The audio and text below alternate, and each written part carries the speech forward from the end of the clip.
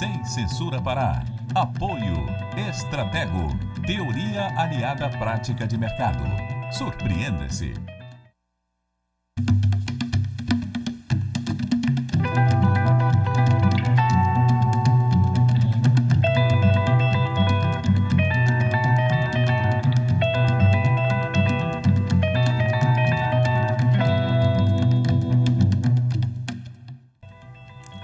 Olá, boa tarde. Educação é o primeiro assunto do programa de hoje. Na semana passada, o INEP divulgou o ranking geral do Enem, que é o Exame Nacional do Ensino Médio. O resultado provou uma certa indignação, muitas críticas também e polêmica, principalmente por causa do método de avaliação dos alunos e também pela concentração das escolas nas regiões Sudeste e Centro-Oeste, algumas poucas no Nordeste. O Enem foi criado nos anos 90, ali no final dos anos 90, e hoje as notas desse exame são aceitas para acesso dos estudantes na maioria das instituições de ensino superior do país. E nós convidamos o professor George de Castro para esclarecer esse tema, conversar com a gente, tirar dúvidas sobre o Enem e esse ranking tão comentado. No segundo bloco, conversamos com o arquiteto Paulo Cal sobre o primeiro ano de atividades do Centro Cultural do Carmo. A data será comemorada, a partir de amanhã, com a exposição A Engenharia da Arte e a Arte da Engenharia, que homenageia o empresário Lutifala Bittar, que é um dos maiores incentivadores das artes paraenses. E também recebemos hoje o professor de música e pianista André Gabi para falar sobre o Encontro Internacional de Canto Gregoriano de Belém, que começa amanhã. E o André é mestre nesse tema. Realizado neste final de semana, como eu acabei de dizer, o encontro, esse evento pretende divulgar a prática do canto gregoriano, que é uma expressão musical oficial da Igreja Católica, digamos assim. Hoje, quem vai me ajudar aqui no estúdio é o historiador, professor, fotógrafo Michel Pinho. Michel me ajuda a conduzir as entrevistas e você faz isso como todos os dias. É só mandar suas perguntas e comentários, temos redes sociais, temos telefone e temos e-mail. O importante é que você participe. A produtora de TV, Tabita Oliveira, recebe a sua participação e repassa para nós e faz as perguntas dela, se ela quiser, é claro. Então, esse primeiro bloco, gente, é todo dedicado ao Enem, para a gente entender melhor essa história. Mas eu agradeço a todos vocês por terem vindo, bem-vindos. E a gente conversa com o professor George de Castro sobre esse exame, né, professor? Algumas outras vezes nós já falamos aqui, não sei, censura, sobre o Enem, é claro, né?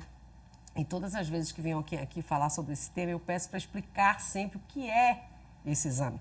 Porque a gente ouve direto as matérias na TV, nos telejornais, lê nos jornais e tal, Enem.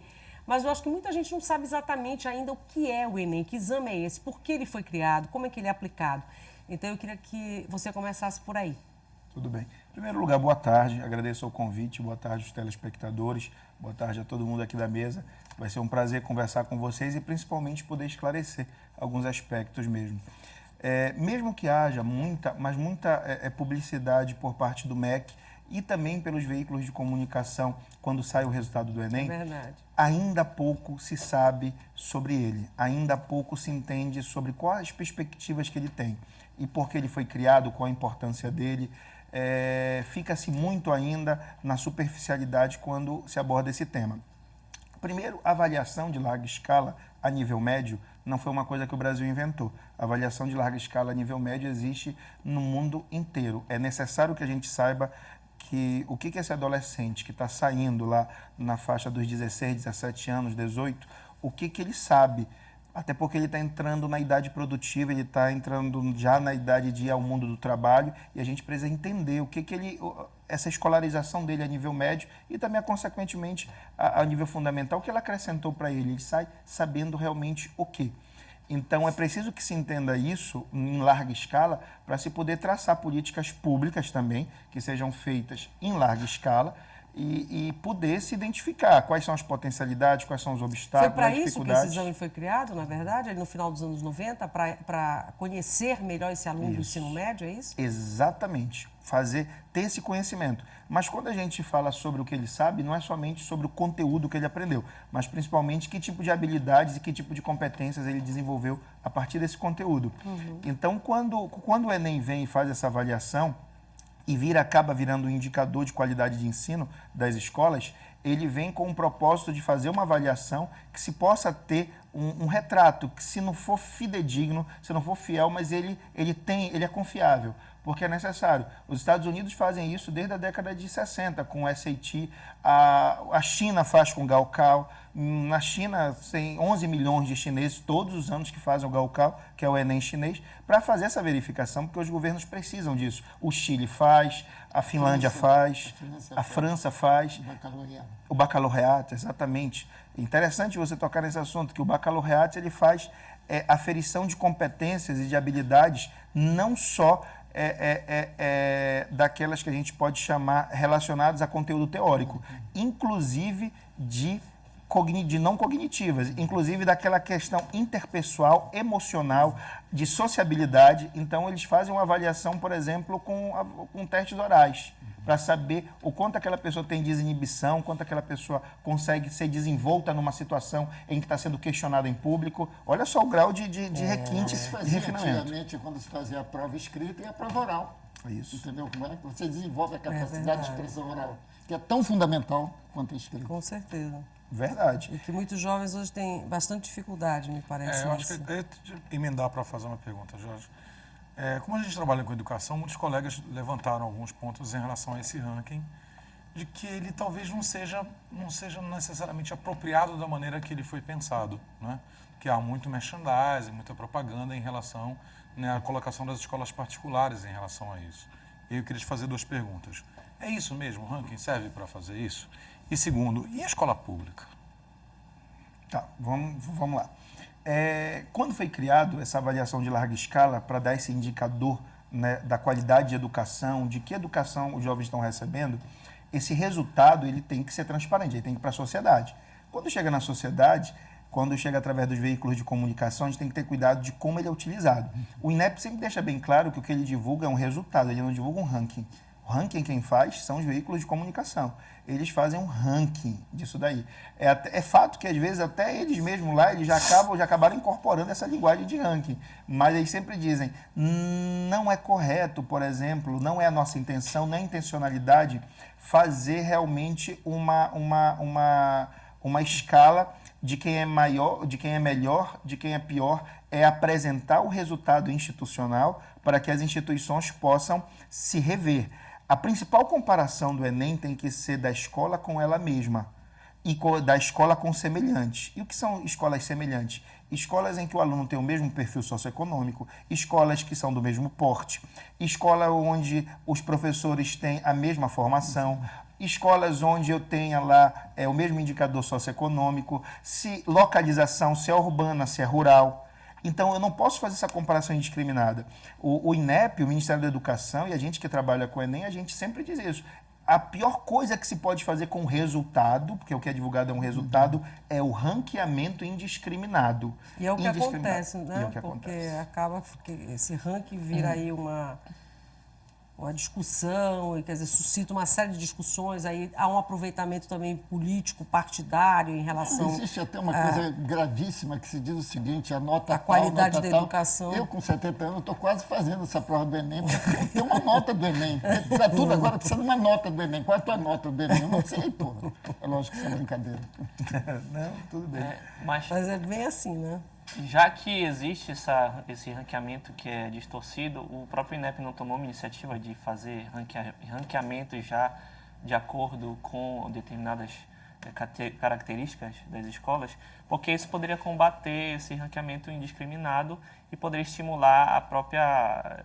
Não é uma concorrência, mas é o olhar o outro também, e não só si mesmo. Às vezes, quando a gente olha só para a gente, enquanto instituição, a gente fica meio sem referência. Mas se tem um ranqueamento também discriminado, a referência está distorcida, né? O que acontece? O INEP ele é contra qualquer tipo de ranqueamento, qualquer tipo.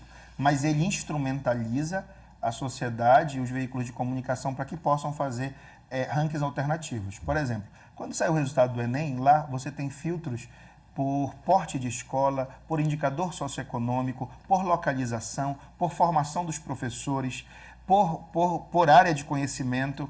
Enfim, tanto assim que a média, aquela média que tem da escola, essa nota que você se refere, a nota da escola, é uma coisa que a imprensa faz. O INEP não dá a média global de nenhuma escola, dá média por área de conhecimento e mais a redação. Então, ele cria instrumentos para isso e hoje eles estão divulgando muito isso, batendo muito nisso, que a possibilidade de se olhar sobre uma outra perspectiva. Vamos lá, olhando sobre outra perspectiva. Se eu fosse analisar, por exemplo, hoje no estado do Pará, quem tem mais de 400 alunos, quem tem... Esses 400 alunos têm um indicador socioeconômico alto, que é de área urbana. A escola que estava em 8º lugar pula para primeiro. Olha só, olha só. Eu acho que são muitos dados ainda que não estão sendo por isso tratados que de forma séria. séria. Ou seja, Há a imprensa uma- e a há- divulgação está sendo mal Também feita nesse sentido, cujas interpretações se dá através do interesse. Porque a educação no Brasil passou a ser de interesse particular. Paulo, Esse governo recente transformou a educação no Brasil num negócio, num grande negócio. Se lembra que em Belém nós tínhamos 3, 4 universidades, hoje nós temos 50 universidades. Temos universidades que não precisa nem a presença do aluno. Eu te coloco, eu queria te perguntar isso, Paulo, e colocar para o George. Se eu fosse pai de aluno e saiu esses dados, como é que eu olho isso? Se eu for o pai de aluno que está nos escutando hoje, eu vou lá no site do INEP, como é que eu olho? Quais são os indicadores? Isso até foi essa perspectiva, né? Quer dizer, essa vertente aí em relação ao Enem, foi matéria de telejornal já e tal. Como é que os pais, então, podem, né, se valer desse resultado para escolher uma escola para os filhos deles? É exatamente, tem alguma pergunta assim do telespectador? Tem uma pergunta, mas na verdade é a Eunice Silva. Que é professora. Professora, ela diz: muitos alunos não estão tendo aula ainda. Não houve nem a primeira avaliação do ano por conta da greve. Esses alunos têm condição de fazer a prova do Enem? Ela quer saber de você. Aí já são duas coisas distintas, Isso, né? Mas eu Primeiro posso essa responder? questão, claro, eu sei que pode. Sem problema. Vamos lá. A do Michel. Primeiro, eu agradeço a pergunta, porque ela me dá a oportunidade de falar alguma coisa que eu acho que é de utilidade pública.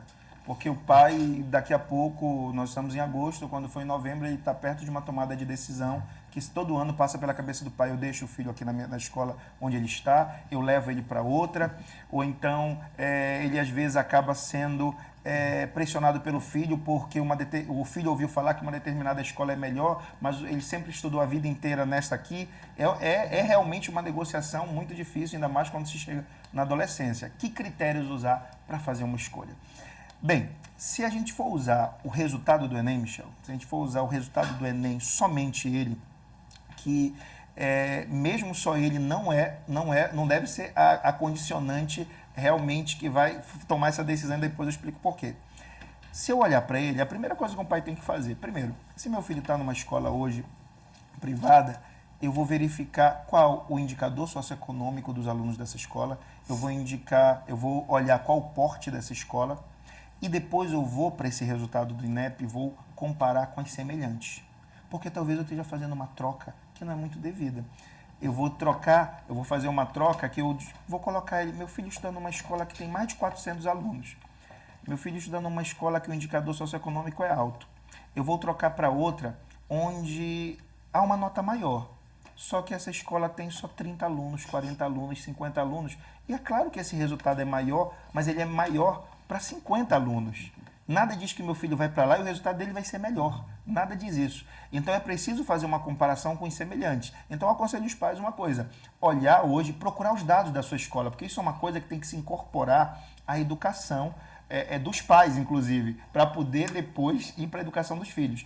Eu olho para esses dados da escola que meu filho está, indicador socioeconômico, o porte da escola, a formação dos professores, e comparo com os iguais. Deixa eu ver escolas de mesmo porte, escolas com indicador socioeconômico semelhante. E é coisa que esse resultado do Enem não mostra exatamente dessa forma, né? Quer dizer, esse ranking, digamos assim, ele não tem como base isso que você está levando em consideração, né? Há uma discrepância muito grande. Você diz, as escolas, às vezes, que têm muitos alunos, aparecem lá em primeiro, segundo, terceiro lugar, e as outras que têm menos, que, aliás, ao contrário, escolas que têm poucos alunos é que aparecem primeiro, enfim. Todo esse ranking é muito discutido por isso, né? Porque no final das contas não se sabe, em outras palavras, o que eu quero dizer é que se há qualidade mesmo A partir do ranking. Né? a partir desse ranking. Quer dizer, E se aí ele mede realmente a qualidade de uma escola, né? E a escola pública? Porque a escola pública ela é suscetível também a esse ranking. Mas se eu for pai de um aluno de escola pública, eu posso verificar por esse ranking qual é a escola que está oferecendo para o meu filho um ensino mais próximo daquilo que eu acho que ele merece. Né? É possível fazer isso? É sim. Utiliza-se os mesmos critérios. A gente pode olhar para o porte da escola, a gente pode olhar se ela é urbana, se ela é rural, para o indicador socioeconômico, a gente pode fazer isso daí, essa comparação e verificar se mesmo essa escola que o meu filho está hoje, comparada com as outras de mesmo perfil, a palavra é essa que a gente usa, de mesmo perfil, se ela fica aquém, se ela fica além. E essa é uma comparação mais devida, porque aí ela já tem critério, ela é criteriosa. É bom se ressaltar que essa discussão ela é saudável. Esse ranking sempre foi produzido pela imprensa desde que o resultado começou a sair em 2006. Em 2006, quando o INEP lança... A prova existe desde 1998, mas o resultado por escola só começou a sair desde 2006, como uma iniciativa do Ministério da Educação para mostrar o desempenho das escolas para a sociedade e para jogar isso para discussão, para debate. Desde lá já acontece toda uma série de situações que se questionam. Há escolas que, por exemplo, abrem outra empresa dentro dela mesma e colocam os 20, 30 melhores alunos para produzir um resultado bom. Isso. Pode manipular o resultado, sim. Escolas que são de porte maior comparadas com escolas que são de porte menor. É isso que eu estava querendo dizer agora há pouco. Exatamente. Desde 2006 isso acontece, mas a gente vem, desde o ano passado eu vejo já, desde o resultado do ano passado, uma mobilização maior de tentar esclarecer isso. Essa discussão é importante. A gente está amadurecendo, então. A gente está amadurecendo um instrumento. Que bom, né? Que bom. A pergunta da Como professora existia nos Eunice. cursos de vestibular antigamente, que eles pegavam os maiores alunos, davam bolsa de estudo para ter as melhores notas. Se fazia isso também nos cursos de vestibular, quando eles eram necessários, para a verdade. A pergunta da professora Eunice foi Isso. respondida? Ainda não, Não, né? ainda não. Vamos lá. É que quando fala de Enem é tanta coisa, mas a gente vai conseguir. Quer que repita a vencer pergunta? tudinho. Você lembra? Não, essa pergunta me marca muito. Ela me marca muito mesmo porque nós temos um trabalho também na escola pública, um trabalho que a gente faz voluntário e a gente sempre percebe isso mesmo, essa dificuldade. O aluno está preparado da escola pública hoje no estado do Pará para fazer o Enem nessas condições que a gente está hoje, um cenário de greve, que a primeira avaliação foi feita em junho. Nesse momento, não está. Infelizmente, nós vemos um ano atípico e dizer que ele está preparado em pé de igualdade com alunos de rede estadual de outros estados. Eu vou comparar não vou comparar com a rede privada, com alunos da rede estadual de outros estados. Não estaria preparado, realmente é algo que foi um ano, como eu disse, atípico, em que a gente teve uma greve muito longa, a primeira avaliação começou em junho e a prova já é agora. Então, seria levando da minha parte até dizer, não, estão amplamente preparados, não. Então, eles vão ter realmente uma dificuldade de desempenho aí, nesse sentido. Difícil, né? Eu fico pensando de como o processo educativo ele passa por uma mudança muito grande desde os anos 80. O Paulo vai lembrar, o Raimundo também, nós somos frutos desse processo, onde a divisão por áreas era muito marcada, né? Ciências exatas, letras e artes, ciências humanas, e agora você tem um universo de competências e habilidades muito grande para serem cobradas. Na tua avaliação, Jorge, esse sistema de competências e habilidades, ele é um processo evolutivo? Ele mostra uma evolução na educação brasileira? Mostra. Quando a gente faz uma avaliação, por exemplo, o Enem ele tem 180 itens, é o que a gente chamava de questões objetivas antes. Então, a gente tem 180 itens, 180 questões objetivas, que não vão avaliar só o que o aluno sabe de história, de geografia, qual o conteúdo que ele conhece, não avalia somente isso, é principalmente o que ele sabe fazer com aquilo. Quando ele é confrontado diante de uma situação, um problema, de um texto para ser interpretado, de uma charge para ser analisada, de um signo para ser interpretado também, ou de um gráfico para ser analisado, ele vai ter que mobilizar conhecimento para fazer aquilo. É isso que o Enem mede, e isso é muito importante. A palavra é essa, é uma evolução em relação É uma- aos processos seletivos das universidades, que eram extremamente Os conteudistas. vestibulares, então, né, que a gente fazia, quer dizer, o Enem é realmente uma evolução, é considerado assim nesse aspecto principalmente, né? Porque faz o aluno Isso. pensar, refletir sobre aquela situação. Seria isso? e Ainda bem, essa é uma boa notícia, pelo menos, Em né? educação a gente diz isso, mobilização de conhecimento. Mobilização de conhecimento. A gente obriga ele não a só ter o conhecimento, mas mobilizar para usar. dar cabo para alguma finalidade. Claro. A gente avalia isso, o que ele sabe fazer com esse conhecimento que ele adquiriu. Porque só ter o conhecimento não é o suficiente. Não é o suficiente. Isso já é uma evolução. Nós conseguimos progredir aí, mas, claro, tem outros aspectos, como a questão do resultado, da análise do resultado, da interpretação, que isso a gente é um longo caminho a ser percorrido. Agora, em relação à utilização do Enem, como é o Enem que permite que alguns alunos, a maioria das instituições de ensino superior, acho que já tomam o Enem como base para o ingresso nelas, né? Isso também foi uma boa ideia, quer dizer, é uma boa ideia. A UFPA aqui já faz isso, não é? E outras instituições no país. Quer dizer, isso foi bom ou pode ser um retrocesso ou foi um passo adiante? O que se percebeu é que o ensino médio no Brasil, ele sempre acompanhou o quê? O processo de seleção no ensino superior. Então, as escolas, elas eram induzidas, o currículo das escolas, a maneira de atuar das escolas sempre foram induzidas pelos processos seletivos das universidades. É subjetivo, é verdade. Aí a escola sempre dizia assim, não, eu estou trabalhando para a prova da UEPA, eu estou trabalhando para a prova da UFPE, eu estou trabalhando para a prova da UNAMA, eu estou trabalhando, sempre induzido pelo quê? Pelo processo seletivo, pelo edital, pelo conteúdo programático divulgado pela universidade. Quando se coloca o Enem como acesso, aí se consegue fazer um deslocamento, que a gente sai daquela condição em que eu tinha um modelo muito conteudista e assumo um modelo um pouco menos conteudista, porque é conteudista também, mas um pouco menos, mais focado na avaliação das habilidades, mas que vem por conta de uma necessidade, porque agora o aluno tem que fazer o Enem para entrar na universidade.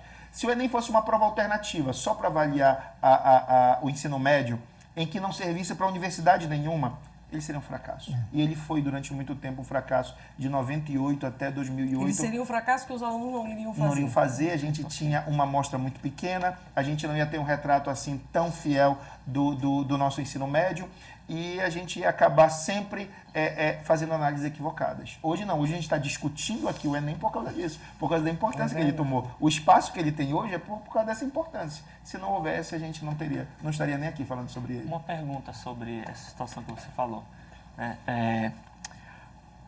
Na verdade, são duas. A primeira que eu já estava pensando já a questão de estruturação do Enem e aplicação do Enem. Como é um teste que é centralizado, digamos assim, não é feito em cada região e em cada instituição, como é que é possível você administrar a correção e o trabalho dos elaboradores para dar uma cara para essa prova, para não gerar uma distorção, entendeu? Porque a correção também faz parte da avaliação. Então, se eu tenho um corretor que pensa de um jeito aqui no norte da redação, por exemplo, e um corretor que pensa completamente diferente no sul, eu vou ter uma distorção de avaliação, eu vou gerar Mas notas aí diferentes. só no caso da redação, né? Porque o restante é prova objetiva. Não, porque são elaboradas as provas. Ah, você fala também na elaboração. Se existe também uma centralização de... como é que eu posso explicar? De objetivos, de elaboração de tema, de elaboração de questão. Como é que funciona isso aí? Tá. Então, esse é um outro aspecto importante. Olha como é muito diferenciado. Os itens do Enem, eles são elaborados por pessoas que estão distribuídas em todo o Brasil. Em todo o Brasil. Não existe essa centralização. Muita gente me pergunta sobre isso nas palestras que eu faço, porque tem a ideia que parece que está um conjunto de professores em Brasília, lá dentro do MEC, Sim. fazendo isso. E não é verdade. Os elaboradores de item, eles estão distribuídos em todo o território nacional. Quem são essas pessoas? Prioritariamente professores de universidades federais. Tem professor da educação básica que participa disso também, mas um número menor. Tem professores de universidades estaduais, mas principalmente de universidades federais, de todo o Brasil. De todo o Brasil. Isso faz com que a prova tenha, então, um componente, seja composta de várias visões. E essa pluralidade é saudável. Isso daí é uma coisa saudável. Né? Só não é permitido regionalismo, né? Que se critica muito isso também, que não é permitido nosso aqui da região norte, mas o do sudeste sempre aparece, sempre é hegemônico. Isso aí a gente critica bastante. Mas essa descentralização, ela existe e ela já é prevista.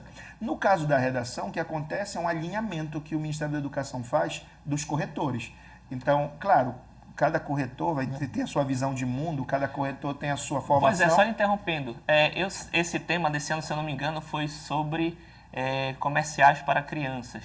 Publicidade infantil em questão no Brasil. A minha pergunta é a seguinte, independente da opinião que o estudante tenha, isso pode acabar atrapalhando, dependendo do corretor que ele tenha? Porque, por exemplo, tem um estudante que acredita que sim, é o Estado que tem que controlar isso e impedir de chegar nos lares.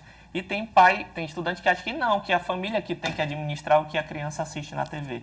Por exemplo, esses dois pensamentos que são completamente diferentes, isso pode gerar uma nota diferenciada dependendo da opinião do corretor. Mas aí o corretor acredita que é o Estado que tem problema, então ele vai prejudicar quem acredita que é a família. Mas deixa só eu meter aí minha colher nessa história. O corretor, porque aí já é um juízo de valor, né? Que eu acho que aí não é uma questão... Aí já não é uma questão do corretor. Isso é eu acho... O corretor que analisa tecnicamente a formação. Né? Porque eu acho que o corretor tem que analisar o texto e tal. Não pode analisar a opinião lá do aluno, porque aí não existe. Aí ele vai fazer um juízo de valor já, né? Pois é, eu concordo, mas a minha pergunta era como é que é feito esse controle, entendeu? Eu tô entendendo. Porque a gente... Como conhecer todos os Pode corretores, já que é tão amplo e tão dissolvido isso? De repente o corretor não concorda, fica chateado. Tem alguma coisa que centraliza, pelo menos o filtro do que vai acontecer, entendeu? Era essa a pergunta, na verdade, inicial. Olha, em qualquer texto dissertativo, argumentativo, você tem um risco de não agradar aquele que está lendo naquele momento. Isso aí é um risco, seja um jornal, seja, enfim, uma dissertação de mestrado, você pode correr o risco de chegar lá e não agradar o leitor. Mas o que é avaliado é a técnica. A única imposição que o Enem coloca é que o aluno tem que mostrar uma proposta de intervenção social para aquele problema que foi posto, com respeito aos direitos humanos. Isso ele não pode violar em nenhuma hipótese, né? Criar um argumento que viole os direitos humanos. Isso é zero. Se o cara fugir disso, é zero. O que vai acontecer? Para que a gente possa minimizar essa possibilidade, que ela é real, o que você está falando não é nenhum absurdo, não. Ela é real. Pode acontecer de, sei lá, o cara antipatizar e dizer, não, isso aqui é... É isso que eu falei, né? De repente. Toda a prova é passada por 2 corretores. Sim. Isso já minimiza. Mas se os dois tiverem opiniões divergentes... Nossa, muito azar. Aí é muito azar. Esse aluno E com todo o processo de aferição também. E se tiver discrepância de nota, muito grande, vai para o terceiro. Ok. Vai para um terceiro corretor. É uma maneira... Então isso blinda um pouco desse fato, que é uma coisa que poderia acontecer mesmo. Com certeza. É verdade. Não deve, mas poderia. Não deve. A outra pergunta é sobre essa situação do Enem valer agora para tudo. Eu estava participando da reunião, Que nem o Paulo porque eu tive que participar dessa reunião lá, acho que era com o Som, com o CEP, na FPA, que estavam discutindo a inserção do Enem como avaliação para ingresso na universidade. Isso em 2013, né? Eu fui porque foi na mesma reunião que revalidaram meu mestrado, que era assunto pessoal. Mas o que eu entendi lá da discussão, que alguns professores eram contra porque poderia prejudicar a entrada dos nossos estudantes aqui na UFPA, já que já tinha o sistema de deslocamento, que eu acho fantástico esse sistema, que você aprova aqui numa prova e pode estudar em qualquer outro lugar, dependendo da sua nota. Então, eu dizia, vai encher de estudantes de fora, temos que garantir vagas para os nossos estudantes daqui, da nossa região, né? Então, esse era o argumento. Eu queria ouvir a sua opinião em relação a essa situação. Realmente, muitas universidades, quando vão adotar o Enem como a avaliação para a seleção de alunos, elas têm essa preocupação que é pertinente, claro, é muito pertinente. No Amazonas, por exemplo, quando a UFAM, Universidade Federal do Amazonas, adotou, o primeiro ano que ela adotou só o Enem como a seleção dos alunos, não houve nenhum amazonense no curso de medicina, só para ter uma ideia. Né? Então, todo mundo de fora. É um risco que se corre, porque depois as pessoas recebem a formação, vão embora e não deixam nada para a região. Né? E uma região que necessita. Bem, como se contornou isso? Essa é uma questão muito válida e de muita preocupação. Se contornou dando uma bonificação para os alunos que fossem da região norte, não era só do Pará, da região norte, eles recebem 10% a mais na nota. 10% a mais Só na na nota. região norte. Só alunos da região norte, exatamente, recebem 10% a mais na nota. E aí, quando o cara vem de lá para competir, o cara está com uma nota aqui que é uma nota que está maximizada. E aí ele já não consegue. Havia uma dúvida, e será que o cara lá embaixo não pode ter? Lá embaixo, o Sudeste, será que ele não vem com desempenho que supera esses 10%? Havia essa dúvida. Após 2 anos, a gente percebeu que o mecanismo ele foi eficaz. Ele conseguiu cumprir a intenção dele. Mas esses 10% vale só para ficar aqui ou eu posso usar esses 10% para entrar numa universidade de São Paulo? Não. Não, é pertinente porque pode ser que os alunos verdade. queiram usar isso para ir para lá. E aí eles vão reclamar lá Não, mas também. aí também. Isso foi pensado. Não vale. Se você quiser pelo SISU disputar as vagas, aí você vai com a sua pontuação normal. Entendi. Vai com a sua pontuação Não dá pra- normal. Você foi aqui, como é que chama? Quando vai fazer prova oral, que você testa os conhecimentos do... Objetiva? Bem sabatinado, né? Que é uma expressão antiga. Né? É sabatinado. Essa é bem antiga. Exato. Uma coisa que eu queria colocar que você disse, interessante. Aí tem... Porque as pessoas olham muito o lado negativo do Enem, essas restrições na hora do ranqueamento, da avaliação, da interpretação. Mas, por exemplo, ele promoveu uma coisa muito interessante no Brasil, que foi o deslocamento dos alunos no território nacional. Você imagina... Isso é muito bom. Eu sonhava em fazer universidade em São Paulo, só que na época, você imagina, meu pai tinha que me mandar no primeiro ano para São Paulo, para fazer um cursinho em São Paulo, para se preparar para a prova de São Paulo. Hoje eu posso fazer daqui. Isso está promovendo uma mobilidade, uma integração, as pessoas conhecerem as outras regiões. Aquela coisa do filme americano que aparece, do menino quando entra na universidade, chegando com a mala na universidade. Está acontecendo no Brasil, Na já está Europa começando. também, é comum que eles Muito vão, comum. eles fazem um Erasmus, eles então moram em outro ambiente, aprendem outra língua. Isso é interessante. Vão para mesmo. fora de casa, que acho às vezes o brasileiro ele é muito apegado com a família e essa experiência só em outro lugar é muito de amadurecimento muito grande. Eu acho muito bom isso. Jorge, a gente já está chegando no próximo do final desse bloco e, assim, esses anos todos de Enem e esse diagnóstico, digamos assim, de certa forma, que o Enem apresenta, né, sobre a educação brasileira aí no ensino médio, o que mostra da nossa educação? Porque há muitas críticas e, lógico, nós sabemos que há muitos problemas na nossa educação, né? No Brasil, mas assim, você percebe avanços na educação de um modo geral, aí não considerando o Enem e tal, mas a educação como um todo, o que isso tem sido mostrado? Como é que tem sido isso? Olha, o grande desafio que a gente tem hoje é um desafio teórico-metodológico. A gente tem ainda aqui uma educação no Brasil do século XVIII e a gente tem esses meninos do século XXI. Por quê? Porque a gente trabalha ainda com transmissão de conhecimento pura e simplesmente. Pura e simplesmente. É por isso que a média do Enem de redes privadas, de redes estaduais, de uma maneira geral, no Brasil é muito baixa. Claro que tem lugares que são piores, mas de maneira geral é muito baixa. E quando a gente vai para avaliações internacionais, como o PISA, que é um programa internacional de avaliação, a gente fica nos últimos lugares, nas penúltimas colocações, por conta disso. Porque a gente ainda não conseguiu vencer uma coisa. O conteudismo. Essa coisa que o vestibular deixou pra gente, só do conteúdo, e a gente não consegue fazer o aluno parar para pensar, parar para descobrir, a gente não consegue trabalhar com uma outra forma de educar. Esse é o maior desafio da educação brasileira. Eu sei que tem um desafio estrutural, eu sei que tem um desafio da valorização dos profissionais da educação, que são desafios mesmo que existem, estão postos, são sérios, mas esse, mesmo que você tivesse boa estrutura, mesmo que você tivesse os profissionais valorizados, mas não tivesse isso, a nossa educação não ia avançar. Então é um conjunto de coisas que tem que ser feitas. E o Enem mostra pra gente, ele coloca isso, ele esfrega na nossa cara, tá aqui, ó, a gente não está conseguindo fazer isso ainda. As escolas hoje que estão tendo mais êxito são as escolas que estão investindo em algum projeto para mudar essa forma de ensinar, para começar a falar sobre competências, sobre habilidades, desenvolvimento de habilidades. Isso, em outras palavras, quer dizer que nós temos ainda um método muito calcado, o professor chega, expõe o tema, né? Transmite o tema para o aluno fica ali quietinho, ouvindo, anotando. Depois de 2 meses, ele vai ser questionado. Numa prova, uma questão. Quer dizer, isso é que ainda é muito... Resumindo, o professor ele ocupa o papel central do processo, quando na verdade o elemento central desse processo tem que ser o aluno. O aluno tem que ser o protagonista do aprendizado dele. Ele não pode ser coadjuvante. Ele não pode estar lá quieto, passivo, aprendendo como se fosse um recipiente vazio, como diz o Paulo Freire, numa educação bancária, como se fosse uma tábula rasa. É preciso que ele participe. Quando ele participa da construção, aquilo se torna significativo. Ele não vai esquecer nunca mais na vida dele. Nunca mais. E há uma resistência dos alunos um pouquinho em relação a isso? Você percebe? O Michel também? Eu às vezes percebo um pouquinho. Né? Eu acho que é uma mudança de cultura geral. Professor, somos quase todos professores aqui. Então, é por isso que eu estou dizendo. Eu acho que é um processo histórico, e eu falo pela minha área de conhecimento. Há um processo histórico de 400 anos jesuítico, né? onde o discurso, a fala é muito importante. O aluno gosta né? ainda de ficar... A fala é muito sedutora, esse sistema é muito sedutor, porque me garante com uma certa habilidade daqui a 2 meses ler um texto e resolver uma questão e ter uma nota que eu possa mostrar, olha, né, eu passei no 4º semestre, viu, professor Paulo Cal, está aqui.